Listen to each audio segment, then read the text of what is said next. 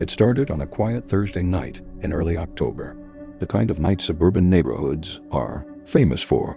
Streetlights glowing softly, lawns trimmed neatly, houses standing in perfect rows like silent guardians of normal life. Nothing felt dangerous, nothing felt wrong, and that's what made it terrifying. My name is Eric, and at the time I was 22 years old, living alone in a small rented house in a quiet neighborhood outside Columbus, Ohio. I worked late shifts at a warehouse, which meant most nights I got home close to midnight.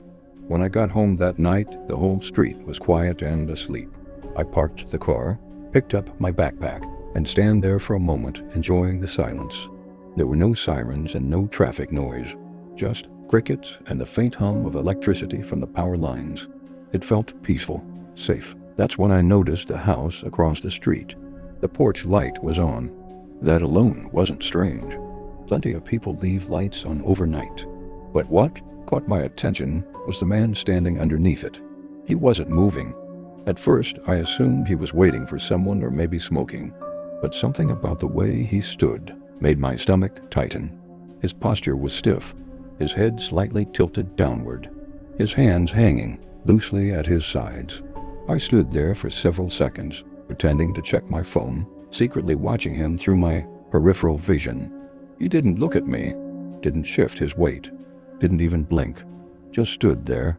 A chill crawled up my spine. I told myself not to be paranoid. After working night shifts, your mind starts playing tricks on you. So I walked up to my front door, unlocked it, and stepped inside. But before closing the door, I glanced back one more time. He was still there, in the exact same position. I shut the door and locked it immediately. Inside, my house felt colder than usual. The familiar creaks of the old wooden floor suddenly felt louder. I dropped my bag on the couch and went to the kitchen to grab water, trying to shake the uneasy feeling clinging to me. From the kitchen window, I could see the street. I slowly peeked through the blinds. The man was gone. Relief washed over me. I exhaled, feeling foolish for being scared. He probably went inside. Normal explanation. Normal neighborhood. Nothing to worry about. I went upstairs, showered, and crawled into bed. That should have been the end of it. It wasn't. Around 2:17 a.m., I woke up suddenly. Not from a sound. Not from a nightmare. Just that strange, instinctual jolt that pulls you from sleep for no clear reason. The room was dark. The digital clock on my nightstand glowed faintly. I lay there listening. Then I heard it. Footsteps. Not inside my house. Outside. On the sidewalk. Slow. Heavy. Deliberate. Step. Pause. Step. Pause. I sat up in bed, heart pounding. I crept toward the window and gently pulled the curtain aside just enough to see outside. Under the streetlight was the same man, standing directly in front of my house. This time, he was facing my window. My blood turned to ice. I dropped the curtain and backed away slowly. My breathing became shallow. My heart felt like it was trying to escape my chest. Why was he there? How did he know where I lived? Was he watching me earlier? I grabbed my phone and turned on the flashlight, scanning my room like I expected him to suddenly appear inside. Minutes passed. I forced myself to look again. He was gone. I didn't sleep after that. The next morning, I convinced myself it was coincidence. Maybe a neighbor. Maybe someone lost. Maybe my tired brain exaggerated everything. That night, when I returned home from work, I paid close attention to the street. Everything looked normal. No strange figures. No porch lights across the street. But the feeling of being watched never left me. 3 nights later, it happened again. This time I was in my living room watching TV when I noticed movement outside. I muted the television and looked through the window. The man was standing at the edge of my driveway, not on the sidewalk. On my property, my hands began shaking uncontrollably. He wasn't hiding. He wasn't sneaking. He was standing openly, staring directly at my front door. I locked every door and window in the house, turned off the lights, and watched him through a small crack in the blinds. He stood there for nearly 20 minutes, not moving, not blinking, not reacting, just waiting. Then, slowly, he raised his hand. and waved. A slow, unnatural wave. My stomach dropped. That was the moment I knew this wasn't coincidence. This wasn't random. This was intentional. I called the police. By the time they arrived, he was gone. Again, no footprints. No evidence. No explanation. The officer told me it was probably someone messing around. Maybe a drunk neighbor. But I knew better. The next week, things escalated. I started finding small objects on my porch. A single glove, a crushed soda can, a cigarette butt. Items that weren't mine. Items placed deliberately in front of my door. Then came the note. One morning, taped directly to my front door. It read, "I see you when you sleep." My hands went numb. I packed a bag and went to stay with a friend that same day. I couldn't stay there anymore. I felt hunted, watched, exposed. 2 days later, the police finally caught him. They found the man hiding in the wooded area behind the neighborhood. He had been sleeping there, watching houses at night, learning routines, studying people. When they searched his backpack, they found photos. Photos of me entering my house. Photos of me through my window. Photos taken at night while I slept. He had been inside my backyard, on my porch, right outside my bedroom window, closer than I ever imagined. I moved out of that house immediately. New city, new job, new neighborhood.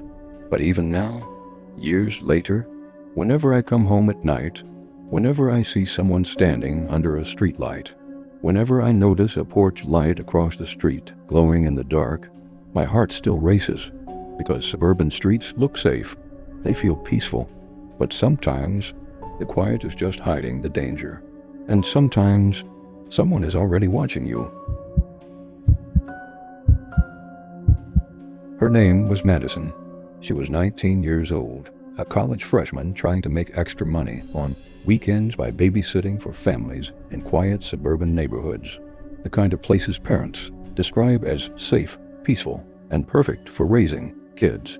Tree-lined streets, white fences, 2-story houses with warm porch lights glowing in the evening. That Friday night, she accepted a last-minute babysitting job in a neighborhood just outside of Plano, Texas. The parents were attending a company gala downtown and needed someone to watch their 6-year-old daughter, Emily. The job paid well. Madison didn't hesitate. She arrived just before 7 p.m. The house was large, too large for only 3 people. 2 floors, long hallways, a basement that smelled faintly of old wood and dust. The parents gave her simple instructions. Emily would be asleep by 8:30 p.m. Doors were already locked, alarm system armed, and they would be home around midnight. Everything felt normal, comfortable, safe, at least at first. After the parents left, Madison helped Emily brush her teeth and read her favorite bedtime story. By 8:45 p.m., the child was fast asleep. Madison turned on the baby monitor, settled onto the living room couch, and opened her phone. Outside, the suburban street was quiet. Only the occasional car passed by. The porch light cast soft, yellow shadows across the driveway. At around 9:30 p.m., Madison heard the first noise, a faint thump from upstairs. She paused the video she was watching and listened. The house was old. It creaked sometimes. She told herself it was nothing, probably the air vents or pipes shifting with temperature changes. But then she heard it again. Footsteps. Slow, light, like someone walking carefully across the carpet. Her heart skipped. Emily was asleep. No one else should be upstairs. Madison grabbed the baby monitor and checked the screen. Emily hadn't moved. Still asleep. Still breathing peacefully. The footsteps stopped. Silence returned. Madison exhaled and laughed nervously to herself.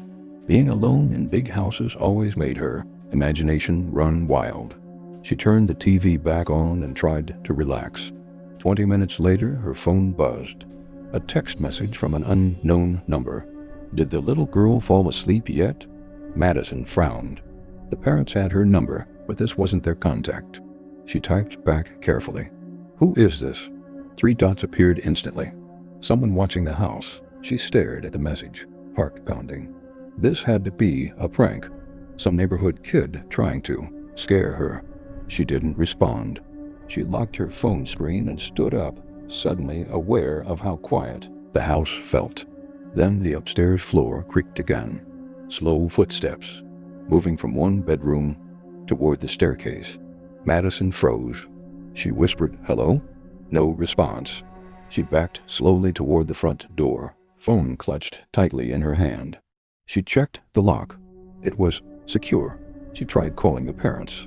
No answer, straight to voicemail. Her phone buzzed again. "Don't go upstairs." Her hands started shaking violently. How did this person know she was considering going upstairs? How could they see her? The curtains were closed, the porch lights dim. No one should have had a clear view inside. She ran to the kitchen and grabbed the largest knife from the drawer. Her breathing became shallow and fast. The baby monitor crackled softly on the counter. Suddenly, the monitor picked up movement. Not from Emily's room, from the hallway camera outside the bedroom. A dark shape moved across the screen, tall, thin, slow. Someone was inside the house. Madison's chest tightened painfully. She realized the truth too late. The alarm system had been armed only on the doors and windows, not the interior motion sensors. Whoever it was had already been inside before she arrived, hiding, waiting. Her phone vibrated again. "You shouldn't have taken this job." She ran to the bathroom and locked herself inside, dragging the laundry hamper against the door. She whispered into her phone while dialing 911, barely able to control her breathing. "I'm babysitting. Someone's inside the house. I think they're upstairs." The dispatcher instructed her to remain quiet and stay hidden. Police were on the way. From behind the bathroom door, Madison heard slow footsteps on the stairs. Each step creaked loudly in the silent house. Whoever it was no longer hiding. They reached the bottom of the stairs. The footsteps moved across the living room floor, slowly, deliberately, then stopped outside the bathroom door. Madison covered her mouth to keep from screaming. Her entire body trembled. The doorknob twisted slightly, just enough to test the lock. A voice whispered through the door. "Madison?" Her blood turned to ice. She never told anyone her name. Tears streamed down her face as she clutched the knife, silently begging the police to arrive faster. The whisper continued. "You can't hide forever." The doorknob rattled harder now. The hamper shifted slightly. The lock strained under pressure. Suddenly, sirens. Red and blue lights flashed through the bathroom window. The footsteps retreated quickly. A loud bang echoed from the back door. Glass shattered. Police stormed the house moments later. They found the back door smashed open and muddy footprints leading into the backyard woods. They never caught him, but they found something else. Inside the attic crawl space, hidden behind insulation, they discovered food wrappers, water bottles, a sleeping bag. Someone had been living in the house, watching the family, watching Madison arrive, waiting for the parents to leave. The messages were sent using a burner phone connected to the home's Wi-Fi network. He had planned everything. Madison never babysat again. Emily's family moved out within weeks. And the neighborhood? Still quiet, still peaceful, still pretending nothing happened. But Madison knows the truth. Suburban homes look safe. They feel protected. But sometimes, someone is already inside, waiting for night to fall, waiting for you to be alone. The Anderson family moved into the neighborhood because it was advertised as one of the safest suburbs in Ohio. Low crime rate, quiet streets, friendly neighbors, a place where kids rode bicycles at sunset and porch lights stayed on late into the evening. It was exactly the kind of place people moved to when they wanted peace. What they didn't know was that peace had already been broken long before they arrived. The house itself looked perfect. 2-story brick exterior, white garage door, a large backyard bordered by tall trees. The previous owners had left behind a modern security system with cameras covering the front door, backyard, and driveway. For Mark Anderson, the cameras brought comfort. He worked night shifts as a logistics supervisor and often left his wife, Rachel, and their 10-year-old son, Tyler, alone after dark. "Nothing bad happens here," neighbors told them. For the first few weeks, everything was normal, until the notifications started. It began with motion alerts at strange hours: 2:13 a.m., 3:41 a.m., 4:31 a.m. At first, Mark assumed it was animals: raccoons, stray cats, maybe branches moving in the wind. But when he checked the recordings, there was nothing visible. No movement, no shadows, just silence, empty frames. Still, the system insisted motion had been detected. One night, Mark decided to stay up and watch the camera feed live. At 1:57 a.m., his phone buzzed.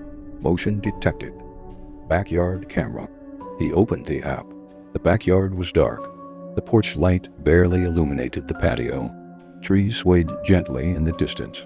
Then something changed. At the edge of the frame, a shape slowly emerged from the darkness. A man, tall, thin, wearing a hooded jacket. He stood completely still, not moving, not blinking, just staring directly into the camera. Mark felt his body tighten. The man remained there for nearly 2 full minutes. Then he raised his hand and waved, slowly, deliberately. Mark called the police immediately. By the time officers arrived, the backyard was empty. No footprints, no signs of forced entry, nothing. They told Mark it was probably someone cutting through yards. But Mark knew better. That man didn't look lost. He looked patient. The next night, it happened again. Same time, same camera, same spot. This time, the man was closer, standing near the sliding glass door. His face remained hidden beneath the hood, but his posture was unmistakable. He was studying the house, learning it. Mark installed additional cameras inside the house, one in the hallway and one facing the staircase. Rachel didn't like it. "It feels creepy," she said. Mark agreed, but something inside him whispered that it was necessary. 3 nights later, at exactly 2:30 a.m., the hallway camera triggered motion. Mark opened the footage. At first, the hallway was empty. Then the shadow appeared. A tall silhouette slowly crossed the frame, inside the house. Mark's heart nearly stopped. He watched in horror as the figure moved silently toward Tyler's bedroom door. The camera caught only the outline. No facial details, no clear features, just movement, intentional movement. Mark grabbed his car keys and raced home from work, breaking every speed limit. When he arrived, police were already there. Rachel had woken up to the sound of breathing outside Tyler's bedroom door. Not footsteps, not knocking, breathing. Heavy, slow, controlled. When she opened the door to check, the hallway was empty, but the air smelled wrong. Metallic, cold. The police searched the house. They found something hidden behind the basement wall panel. A narrow crawl space. Inside were blankets, food wrappers, empty water bottles, and a small portable charger. Someone had been living inside the house, watching them, listening to their routines, waiting for the perfect moment. The footage revealed something even more disturbing. The man had been entering through a hidden access vent connected to the crawl space. For weeks, maybe months. He knew when Mark worked nights. He knew when Rachel slept. He knew when Tyler's bedroom light turned off. He never took anything, never made noise. He was there to observe, to wait. The police later discovered that the previous homeowner had reported strange noises but dismissed them as rodents. No one ever checked. The intruder was never caught. The family moved out within 10 days. But here's the part that still haunts Mark. On the final night before they left, one last alert appeared. Backyard camera.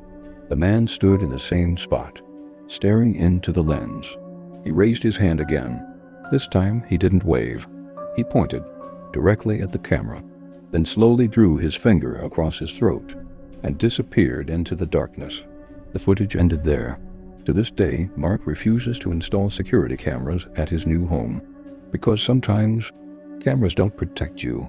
They only show you how close danger already is. And in quiet suburban neighborhoods, the most terrifying thing isn't the darkness outside. It's the silence inside your own home.